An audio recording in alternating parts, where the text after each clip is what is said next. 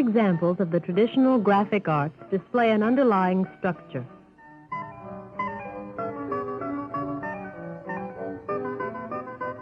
In classical painting, these structures are frequently embodied in naturalistic content.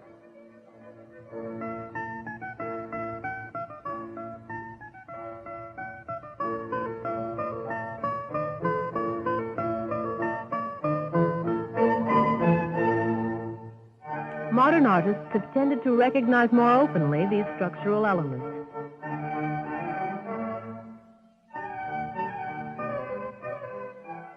In fact, much of modern art involves the emphasis of these very structural elements.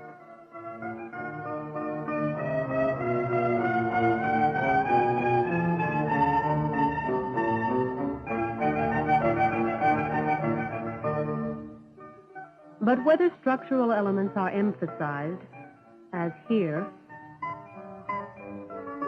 and here, or embodied in naturalistic content, as here and here, they are an important basis for eliciting response in the viewer. Photographs also have structural lines of dynamism and centers of interest.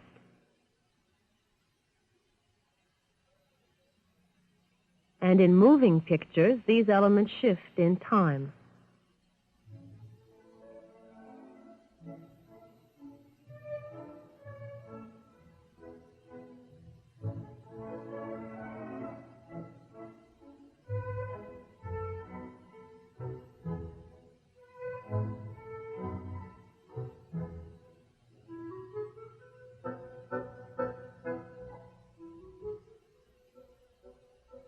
These structural elements provide abstract graphic bridges from one shot to the next, independent of pictorial content.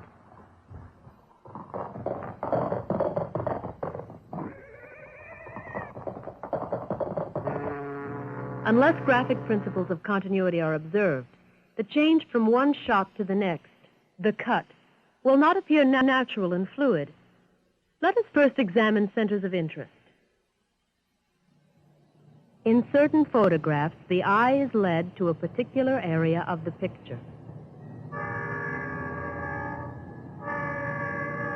Scanning the image, we return again and again to a certain point or points. In a static situation, this is due to the dynamism within the frame.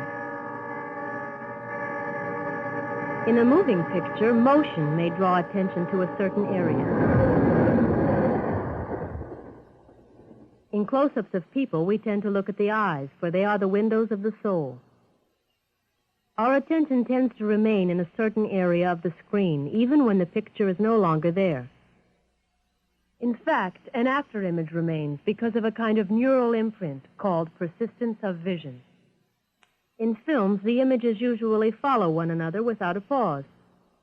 If the new center of attention is close to the previous one, the viewer will not have to search the screen for a new center of interest, for there will be a continuity of visual impression.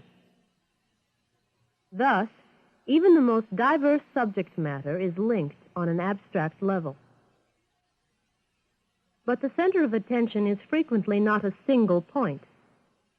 In his pedagogical sketchbook, Paul Klee traces the development of a point to a line and of a line to a plane. From points, lines, and planes, compositional elements are formed. These compositional elements may be strong verticals,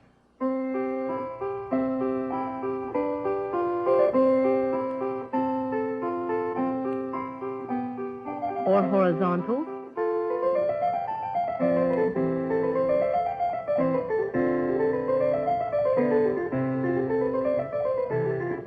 curves,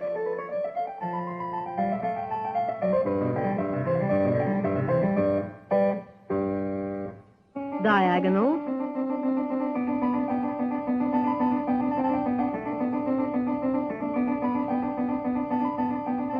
patterns,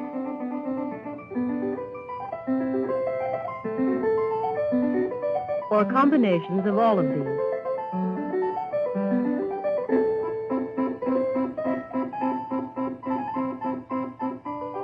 The film editor can use these elements of design to abstractly relate his sequence of images.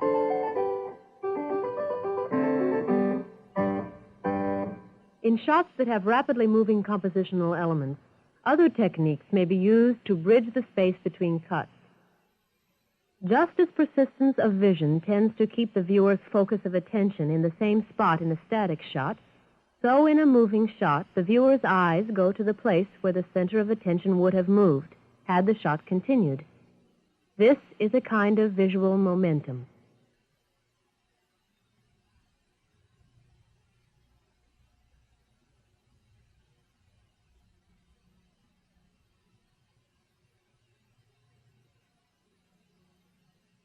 A strong lateral motion carries our eyes thus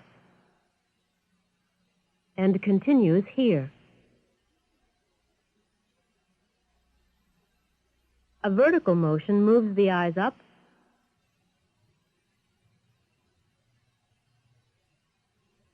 or down to here. Or the eyes may move in any direction, on, out of, or into the plane.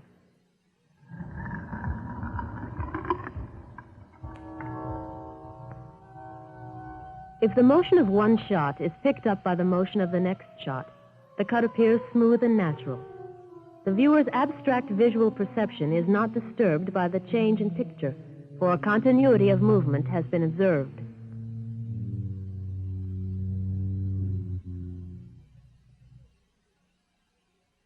Thus, the editor makes use of abstract graphic structures to join his separate shots into a unified flow of images. Here is an excerpt from the famous Odessa Steppe sequence of Eisenstein's Potemkin. This film, depicting an incident in the 1905 revolution, was made during a period when Russian filmmakers were consciously attempting to establish a structural basis for film graphics.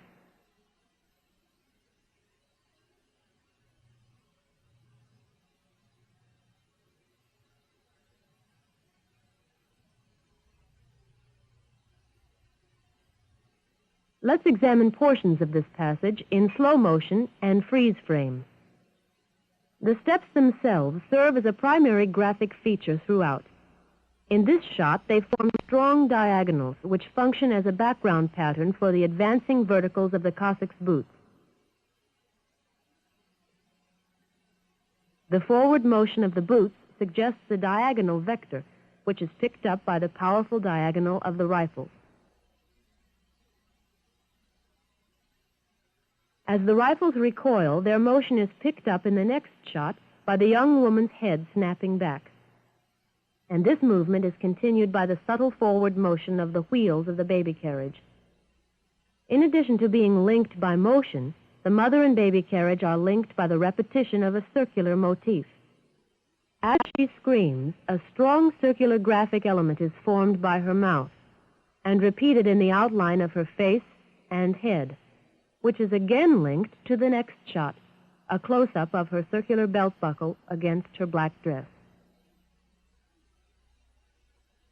Thus, the conceptually related elements of mother, child, and violence are brought together by the abstract graphic continuity of the moving pictures. Here is this passage again in slow motion. Notice the cuts.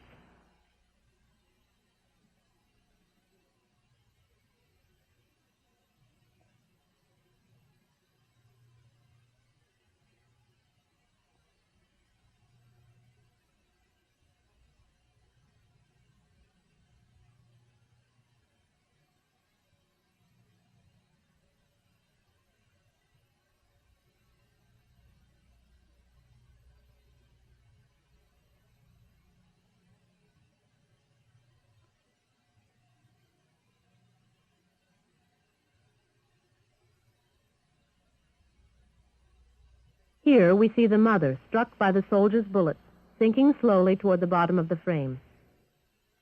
This downward movement is picked up in the downward motion of the following shot. As the woman falls forward, her isolation is emphasized by the movement in the opposite direction of the fleeing crowd. The movement of the crowd is picked up in the brief introductory surge and retreat of the carriage, and this motion is picked up by the oppositional movement of the soldiers marching down the steps.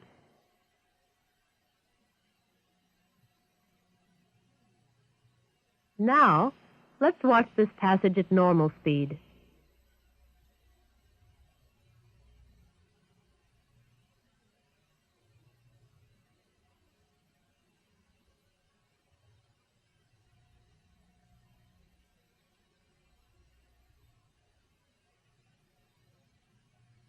Notice how the editor has employed the same graphic elements of circles, diagonals, horizontals, and verticals, as well as vectors of movement within the frame, to make the cuts fluid and natural.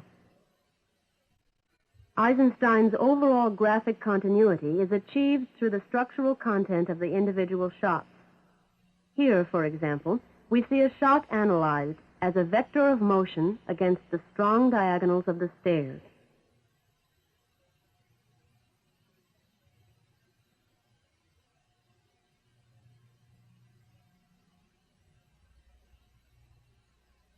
And again, the structures of the stairs and the baby carriage.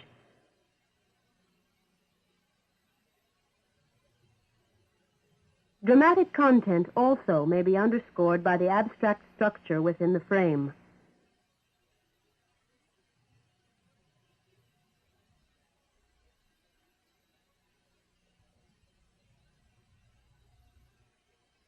Thus, we have seen how the graphic elements of curves, lines, patterns, and vectors of motion are the raw materials which the editor uses to build a continuity of abstract structures. These graphic elements, in their infinite and subtle combinations, are used to create a continuity of visual impression. Combined with narrative and conceptual elements, they define the ultimate form of the film.